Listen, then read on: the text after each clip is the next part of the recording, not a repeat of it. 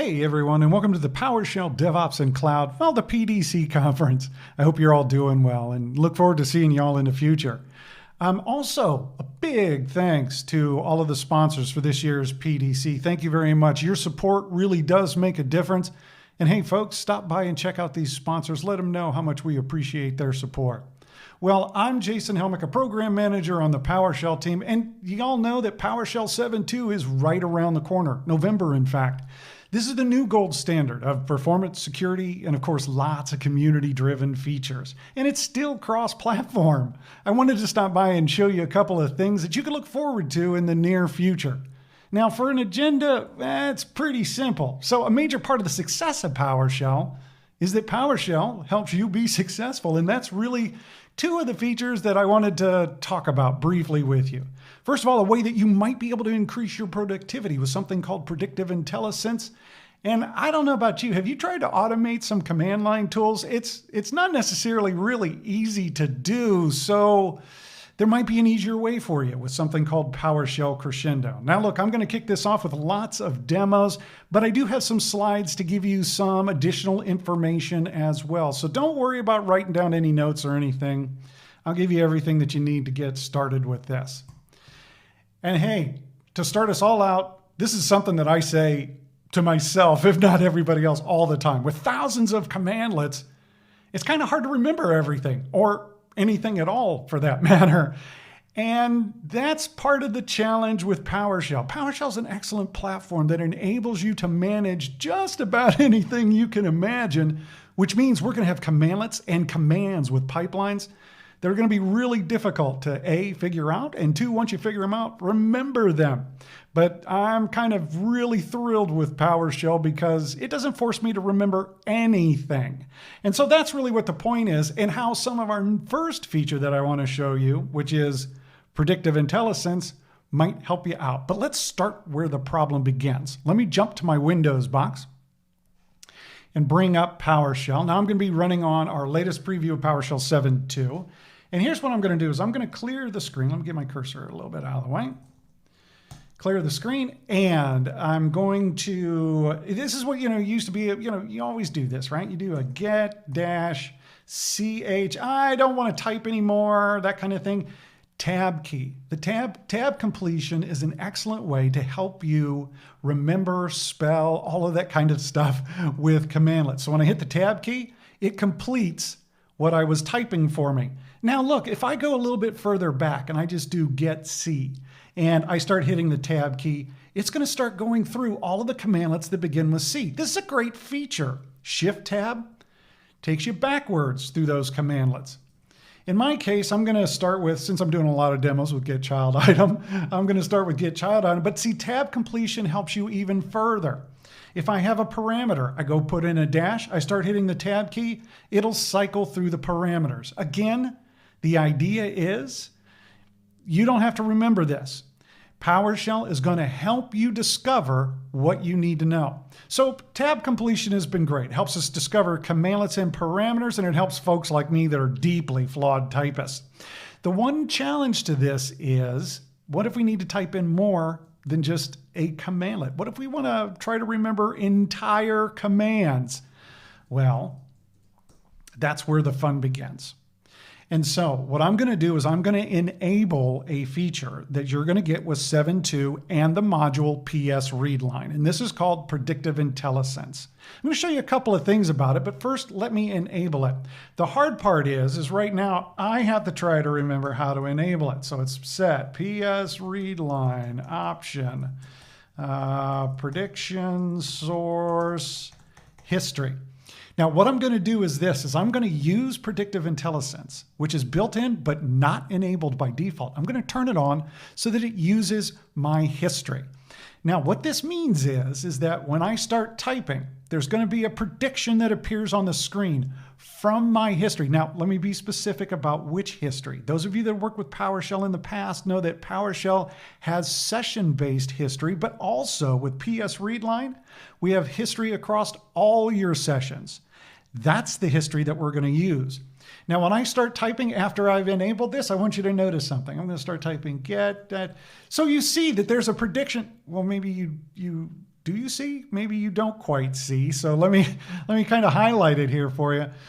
There's a prediction here, and the default is to give you a prediction in a light gray color. Now, I'll be honest with you. I actually prefer this light gray color, but you probably can't see it because, well, I'm recording this and it's hard to see.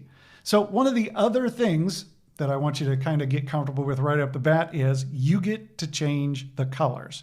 Now, since this is part of the PS readline module, there are commandlets get and set PS readline option that you can change PS readline with. Predictions is one of them. And let me just show you, this is Steve Lee. So Steve is the lead developer for the PowerShell team, and this is his favorite color combination.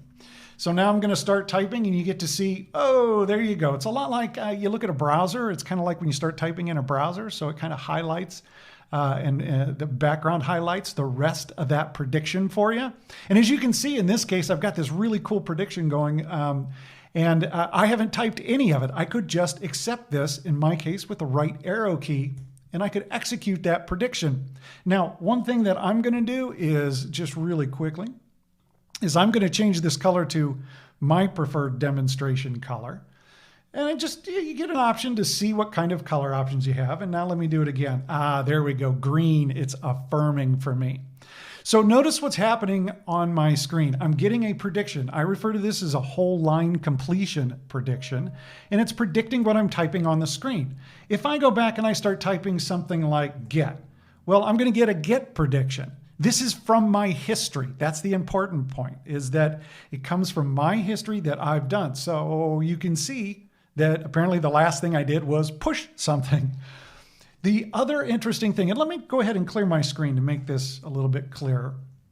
The other interesting thing about this when I run predictions is you can get a whole line completion. You hit the right arrow key, you accept that prediction, you can strike enter and run that prediction. A couple of other things though that I want to do is, well, it helps if I can type correctly. There we go. Is I'm going to show you that not only can you get this whole line completion across your screen, but we added another view to this. So if I press the F2 key, it's going to go from this inline prediction to a list view. And this is our list view. We actually call it list view. This is the list view, and you can go down and select. So in other words, what this is showing you is not necessarily the last thing that was in your history, but it's showing you several things from your history. Also, notice to the right over here, it's telling you what predictor this is coming from. Ooh, interesting. What predictor is that coming from? I'll show you some more. So I can go down and select, oh, wait a minute, it's not name and link that I wanted. I just wanted to select the name. And as you can see up here, it changed to what I had selected. You can see it roll, yeah. And then I can select it and execute it. This, we found, helps me type faster. And types faster because I don't have to remember anything. I can accept these predictions, and I can move through the work that I need to do, especially work that I do often. I can move through it pretty quick. Now, a couple of other things though. Let me go back to the slides real quick. I know you don't trust me because you probably think that, oh, he just gave us all that stuff and now I don't know how to remember it. Look, I've got some slides here for you, and I'm not going to take a lot of time to go through these, but you get the idea. I'll give you all the notes that you need for this. Now, predictions, they appeared as a color text. I'm going to show you in a second a slide that'll show you how to change your colors. You need to enable predictions, set PS readline option prediction source history. There are a variety of options, history and plugin. You can also turn them off, and I'll show you the history and plugin in just a minute. And I've already shown you the two views that are available. Something else that I want to show you is there's the color. But before I go any further, here's the really interesting part. I want you to notice something. I'm sitting here right now on, oops, I got to get my mouse pointer back. I'm sitting here right now on PowerShell 7. Well, I want you to notice something. Watch. I'm going to start up Windows PowerShell 5.1. Get. So I want you to notice predictions. And with the PS readline module in PowerShell 7, also these predictions, these historical predictions, work down to Windows PowerShell 5.1. So if you are thinking, well, I use PowerShell 7, but I also got some machines that are still running Windows PowerShell 5.1, you can use this experience on those as well. Now, a couple of other things that I want to show you. First of all, let's go back to the slides. Oh, dynamic help, yes. So in PS Readline, we added some features along with predictions, and I kind of wanted to show this to you as well. I keep losing my... So let me get rid of Windows PowerShell and let me go back here and clear this. First of all, have you guys get help, right? You get help on stuff all the time, like get child item and all this. Now, you know that in real life, working with this, oh, thanks predictions. I'm going to turn this back to inline. We're working with get help. A lot of times, if you're like me, you have a tendency to open up two consoles, or in the case if you're using the bright, shiny, brand new, fantastic Windows terminal, you open up two terminals. One you run the help in for whatever commandlet you want. And then the other one, that's where you're doing all your work. And then you keep kind of switching back between the two. And if you need something from the web, you'll jump, open up a browser, jump online. We've added a few other things as well. So you're working with predictions, or, you're just typing something in, and I'm going to get child item. Well, it helps if I type it in at least reasonably correctly. And here's what I'm going to do. I need help on this. Well, I'm going to hit F1. Now, when you press F1, here's what you're going to get. It provides you a full view of the commandlet. It's displayed on an alternative screen buffer, and it's utilizing our cross-platform pager utility that we started working on that's in PS Readline. Now, here's the interesting thing. It's a full help, so I can arrow down and I can arrow up. And you notice at the bottom, I can hit Q to quit out of it. It takes me right back to where I was working. So if you have an example in there and you want to copy it and then paste it in, you sure can. It makes it really quick. But wait, there's more. So I'm going to go over here and I'm going to type in the parameter path, and I'll press F1. Again, in that alternative screen buffer, we take you right to the parameter path that you typed in. And so that you can then see directly that parameter. When I hit Q, goes right back to what I was working on. A couple of other things that we've added in here. And while my cursor is positioned at this parameter, those of you that are working with pipeline commands, you know that a lot of times when you're working on the pipeline, you need to know whether a particular parameter accepts pipeline input or what kind of argument type it takes. Well, again, a reason that makes you want to jump into the full help, but we've added a shortcut for you. If you hit the Alt-H, H as in help, it gives you a short breakdown of just that parameter, so you can tell whether it accepts pipeline input and what the arguments are for it. So another quick way to get help as you're working, not interfering with your work, is really what the idea is. But probably the last keyboard shortcut that we did in Dynamic Help that I'm most excited about is this one. So let me go up here and let me accept this. Up here, you're going to notice I've got a commandlet, parameter, and an argument. And yeah, I'll just fill this out. This is select object. Obviously, in my history, I wasn't typing the full command because, that's the great thing about PowerShell. It lets me be terse when I want to be terse. And when I script, of course, I'll put everything in it. Property name. Here's the interesting thing. We added another shortcut, especially when you're working with predictions, but anytime you're working with something, you might want to change the arguments without necessarily hitting the backspace and changing the rest of your command.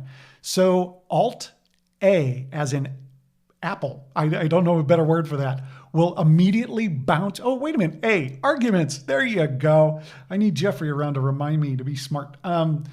There's Alt-A will let you immediately jump to the arguments of the parameters that you have in your command so you can change them quickly. Now, how do I use this? Well, I use it with predictions all the time because that way I can grab the prediction, change the arguments for what my current needs are, and immediately move on. Kind of cool, huh? So predictions and dynamic help, they are definite winners in my book. And something to keep in mind, again, this all works on Windows PowerShell 5.1, but here's the cool thing. Yeah, I know you're seeing the slide, but let me go ahead and bring this up. This is on my Mac. I'm going to start, you're going to see me start it from scratch just to prove that it works. And I'll go out here and, well, it's in light gray, but you can see, or barely see, that again, I'll accept it. Yep. I've got predictions on Linux and Mac. And of course, I can use all of those features that we've added in as well from Dynamic Help. Now, one other brief thing that I want to show you. Let me go back here to the slides real quick because I wanted to give you notes on Dynamic Help. So, Dynamic Help, I give you the key combinations. F1 will give you full help. Hit Q to get back to what you were working on. Alt-H will give you little help for your parameters, and Alt-A will let you bounce between the arguments. A for arguments. I like that better than Apple. Some common shortcuts for you. Again, you can get this in about _PS read line. One thing I want to point out to you is that the key combinations Alt-H and Alt-A, we know that we have some challenges specifically on Mac for the Alt key combinations. So we have an issue out there that you can take a look at. We're working on this problem. You can remap these in PS Readline and put these into your profile. And these are the ones that I've mapped on my Mac, Control L and Control K. Yeah, I know if you're asking, well, what does the L and K stand for? I don't know. I just picked them real quick. So that's what they stand for, nothing. But you can remap these until we get that addressed. Now, we do have the ability to add additional predictors in here. And I'm going to do a very quick demo of one of them. Very, very quick, because then we've got some other things to talk about. But let me go back here and let me set PS read line. What do I want here? No, I don't want colors. I want prediction source, history, and plugin. When you select history and plugin, any third party, or for that matter, any additional plugins will also be part of your predictions. Let me give you an example. What I've done is I've enabled something called aztools.predictor. And this is from the great folks over at the Azure PowerShell. And their predictor, I'm just going to do new, oh, you can see it's already predicting for me, AZ resource group. So you'll notice that it's given me a prediction specifically to work with Azure and using PowerShell for Azure PowerShell. And it's predicting that I use like AZ resource group so I can create a resource group. Now, again, this is where, this is something where I'd use that Alt-A to quickly bounce to the arguments, change them to what I need. But the great thing about this predictor, and I'm not going to run this line because I'm not actually connected to Azure right now, but I can do things like new Azure VM, and it will predict and recommend that. I can quickly go through and fill these in. If you get a chance to work with this predictor, and I highly recommend that you do, this gives you a lot of options. It also remembers within the session the arguments that you've typed in to pre-populate future commands. So it's really trying to help you both learn the Azure PowerShell commands that you might need, get them filled in, and make you successful at the same time. Now, I would be totally remiss if I didn't, oh, wait a minute, oh, I tried to run that, don't run that. Let me bring this back up as a prediction, and let me just show you this. I'm gonna hit F2. This is what I wanted you to see. Take a look over at the right side of the screen. I've lost control of my mouse pointer for some reason. You've got history. So I did get a prediction from my history, but now you also see predictions coming from that AZ predictor as well in list view. And I can scroll down and select, oh, that wasn't the one I wanted, but this is the one that I wanted. Or maybe this is what I was really looking for. So it helps you discover, find, and execute the types of things that you wanted to do. So keep something in mind. Predictions, well, they're there to help accelerate you. They're there to help you be more predictive. So when you get a chance, check these out when we release 7.2. Now, just a couple of little notes for you. If you wanted some notes, I encourage you to go out and try out the AZ predictor along with the historical predictions that we're already doing. And you can grab those. Also, you can give some feedback to the great folks, Damien Caro and all the great folks at Azure PowerShell, and let them know how you like working with their predictor as well. Now for the fun part.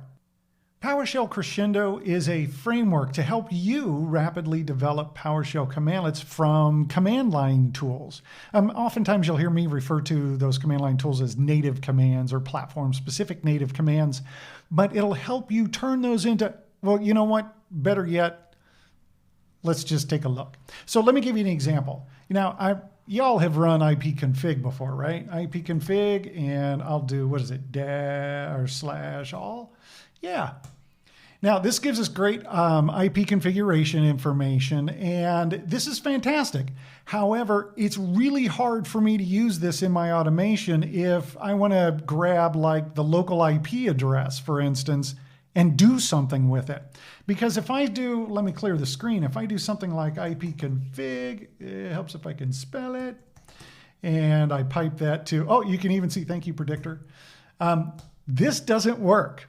No, it doesn't work at all. It's not working because that output from that native command, from ipconfig, is a string. It's to be displayed on the screen. It's not an object, therefore I can't grab hold of it. You know what I'd really like to be able to do? I'd really like to be able to do this. Get. Let's see, ipconfig. Oh, -all. Boy, it looks like a commandlet, smells like a commandlet. Wow, looks beautiful. By the way, the colors, that's something else in 7.2 that Steve Lee has added. PS style, the colors is awesome. So you can see that I've got something that looks like a commandlet. The best part about this is, let me grab that. Let's pipe it to, we don't need the all on it. We'll just select, oh, there it is. Now that is something that I can work with. I can set this to a variable. I can do now whatever it is that I need to do. In other words, my version of the ipconfig command produces objects.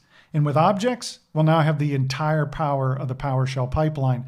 Try to say that 3 times fast. So yeah, this is really kind of cool. By the way, how many of you have played with netsh? Is that a fun command to work with? That's not a so useful things that you can do, something like, you know what I often want to do, especially with automation? Sometimes I just want to turn the firewall off and then turn it back on, so I could do some stuff in the middle. So set, let's see, what did I call that? Win firewall to on. The idea here is that I can wrap commands like netsh, even commands like netsh that require elevation. And I have different options of how I can handle elevation. Now, here's the interesting thing. This will come up and it'll ask me for a username because I've set this for elevation. So let me just see if I can type this in successfully. It's already turned on, so it doesn't really matter. Okay, it's on. So in other words, I can elevate this. So you can set for elevation both on Windows using Windows credentials. This works on Linux using your Linux credentials for this. You can even use something like, we're shipping it with 7.2, secrets management, and you can get your secrets from your own secrets management repository. So you can get elevation, you can do this. How do we do this? Why do we do this? Well, that's what's back to the slides here for. Why Crescendo? Well, native commands or those command line tools, they work great in PowerShell, but to be honest, they can be real difficult to work with. Some of them like netsh, or if you've looked at like cube control or something like that, they have not only their own syntax, but I mean, they're all almost kind of like their own little shells in a way. So it can get pretty tough to automate these. And also when you automate these, boy, you'd really like to get back objects. So wouldn't it be great if, we could easily transform those native commands into, verb noun, get some consistent parameters, get some output that is, object-based, all of the things that you would normally expect in a PowerShell environment. Now, why is this so tricky? It's actually not tricky. If you're someone that's more in the more developer-oriented, you're like, hey, man, I could already do this. And that's true. Yeah, you can. You can re-implement this writing your own code. You don't need PowerShell Crescendo. If you know how to use something like AutoRest and you can parse a Swagger doc, then you can wrap this all by yourself. You don't need this. So who needs this? Well, anybody that doesn't have this skill set, which, is a lot of us don't always, carry around this skill set. And I want to easily wrap this. Well, here's how it works. And this is where the important part comes in. Now I have my mouse pointer again. So take a look here. Here's what the idea is.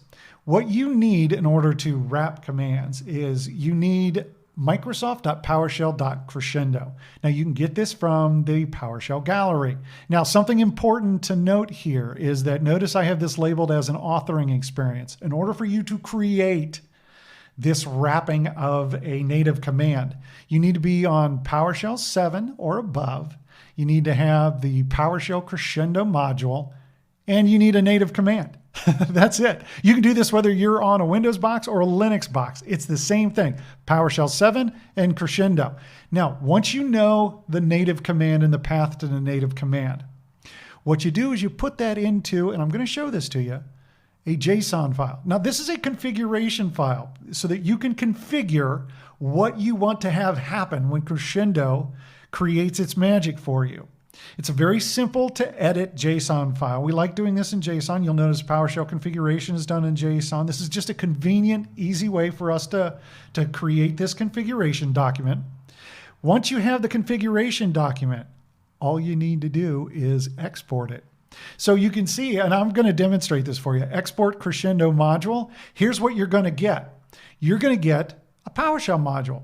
What kind of PowerShell module? The same kind that anybody gets, the same kind that you make, the same kind that we normally ship. It's a regular run-of-the-mill PowerShell module. Here's the best part. It works all the way down level to Windows PowerShell 5.1. Now, it's important that you get this. If on PowerShell 5.1, you want to use this module, or you want to use this module on any other PowerShell 7 machine, you do not need the module Microsoft PowerShell Crescendo. You only need this if you're the author, if you're making it. Once you've made it, it'll run anywhere you want. That means you can run it on-prem, you can run it on boxes in the cloud, you can put it up to the gallery and share it with other people. So it's just a regular module. Pretty cool, huh? Well, let me show you how simple it is to kind of wrap this. First of all, how do you get it? I already kind of mentioned this. You can grab it from the gallery. There's a help file, so you can grab that. Works on PowerShell 7, and the modules that are exported work on PowerShell 5.1. Let me show you how to build this and what it kind of looks like if we were to start this out from scratch. So first of all, let me clear my screen. And here's what I'm going to do is I'm going to run a command. Now, a lot of people ask me, well, how do I get started with this Crescendo JSON file? Well, first of all, we included lots of samples with the modules. Yes, we did. Yes, we did. So we want you to start off successfully. But let me show you something else. We have a commandlet called new Crescendo command. Now, this commandlet, Crescendo command, that's actually, thank you, Predictor, that's actually what I want. I just wanted to step through it a little bit. Let me do this. You can specify the verb and the noun. And matter of fact, I'm just going to go ahead and take this prediction. Let me show you what's happening here, though. I've specified the verb and noun that I want. Notice I've picked get and IP as the noun. Now, what Crescendo command does is it creates a Crescendo object. Now, that object is in memory. Now, there's a lot of reasons for that. You might be somebody that wants to do some testing as you're building this, and you just want to immediately test the function. What I want to do, though, is get this on disk so that I can work with it as a configuration file. So I'm going to convert it to JSON, and then I'm going to stuff it out to the file system as a file. What did I call this? Start JSON? That's pretty cool. So I'll do that. I'll do take a look, and you can see start JSON. And I'm just going to type this to the screen so that you can kind of see that this is the start of this JSON configuration file. At this point, you can go in and fill out some of the other things that you might want to modify about this command. In fact, let me show you the actual IP configuration that I created for the commandlet. Let me show you that one. Let me switch into IP config. I'll clear my screen. What did I call it? IP config Crescendo JSON. Well, that's pretty easy now, isn't it? So let me go into the great editor, VS Code, and IP config Crescendo JSON, and we can take a quick look at this configuration file. Now, I have a blog post that'll take you through, actually a couple of blog posts, that'll take you through all of the details of this, but let me just give you some highlights while we're here. Now, first of all, at the very top, you're going to see in line 2 the schema. This schema is the schema for the JSON file. This will give you tooltips to help you out. Make sure you're getting the right syntax. Make sure you're typing in the right things. Now, a couple of things to be aware of. First of all, this configuration file will support multiple commands. In other words, you can make one configuration file for a whole bunch of native commands that you're wrapping. In this case, I've just got one, and I've just got the verb and the noun. I specified this as the Windows platform, and here the original name is the original location to it. I put in a description and even given it an alias. Now beneath that, I can start describing the parameters that I want. And when you describe a parameter, what you're basically doing is you're saying, hey, this is the original parameter on that command. Here's what I want to call it in PowerShell. Now remember, this will be preceded by a dash when you're actually using PowerShell. And what type is it? In this case, it's a switch type. You can do that for your parameters. Now, here's the tricky part. And we have lots of help for this, and we have different ways of doing this. This is where we get to the output handler. This is where you're going to take the string-based output from that command line tool, and you're going to form it into an object. Now, for ipconfig, I wanted to get that original pretty screen. So rather than just grabbing out the data with some basic property names, I had to work pretty hard. Matter of fact, Jim had to help me with this.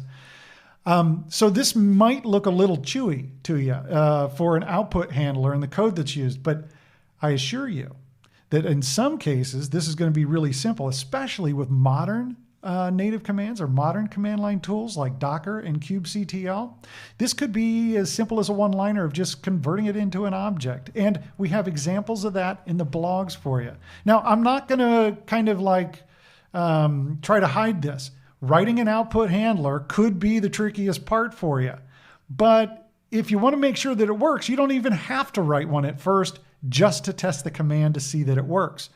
So you get an output handler.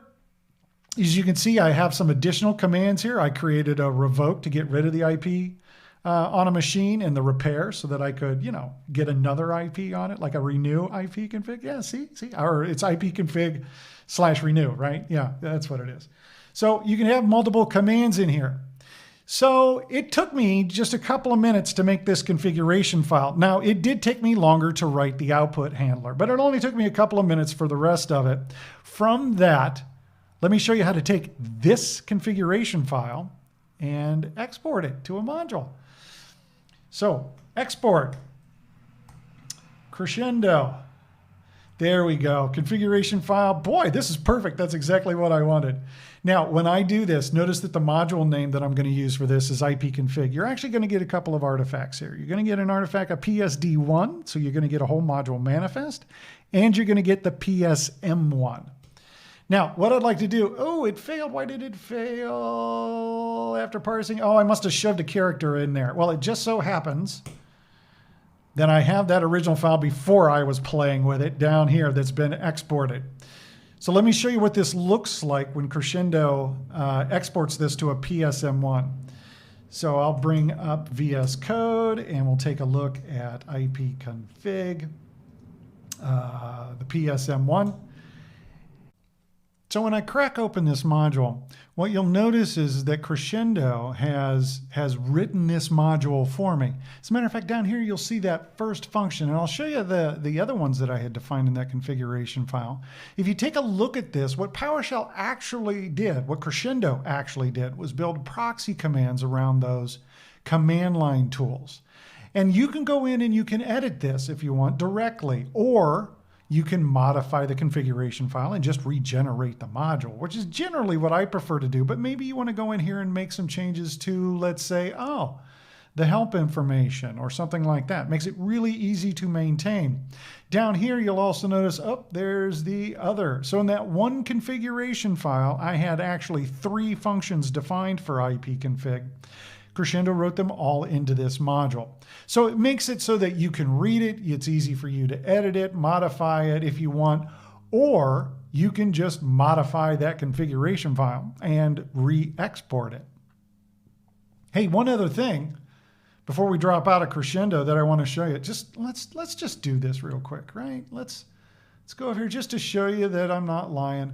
Once you generate something with Crescendo, And if you're on Windows PowerShell 5.1, or if you have systems that are using PowerShell 5.1, you can use that module on Windows PowerShell. You don't need to install the Crescendo module that you needed to install to author with. In fact, let's see here. Where was I?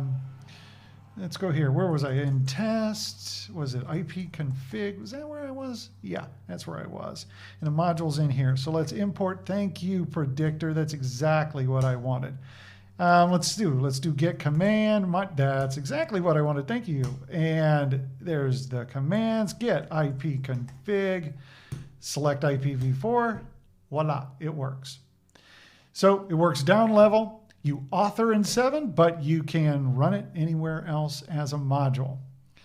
That's building a Crescendo module. It's pretty quick, pretty easy to build a Crescendo module quickly and easily. Now, a couple of little leftover notes here.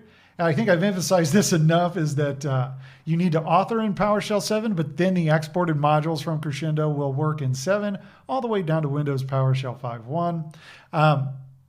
You don't require the actual Crescendo module to run those exported modules. And I gave you an example of the export command. And that's all I have for PowerShell Crescendo. You know, it was certainly great to be able to spend some time here with you and showing you some of these features that we're getting ready to release, along with PowerShell 7.2 here shortly. There's more information that you can grab. There are blog posts out on the PowerShell team's blog sites about predictors and predictive IntelliSense and Crescendo and some of those additional features we added in PS Readline that we referred to as dynamic help. You're just going to refer to them as useful features like F1 to get the help, that kind of thing. Yeah, right? Those are pretty good. So make sure if you have some feedback, come out to GitHub and give us some feedback. File an issue. Let's talk about it and join into the discussion. Hope you have a great conference at PDC this year, and hope you have a great day.